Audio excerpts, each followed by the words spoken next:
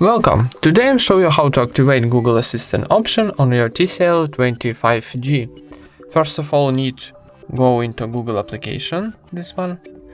Then at the bottom we got, then in the bottom we got more option here, and go into settings. Then choose Google Assistant, and then need to scroll down and find general option, this one. And click to turn on. Confirm one more time, and that's it. Now we turn on our Google Assistant into TCL 25G. Thank you for watching, leave thumbs ups and subscribe to our channel.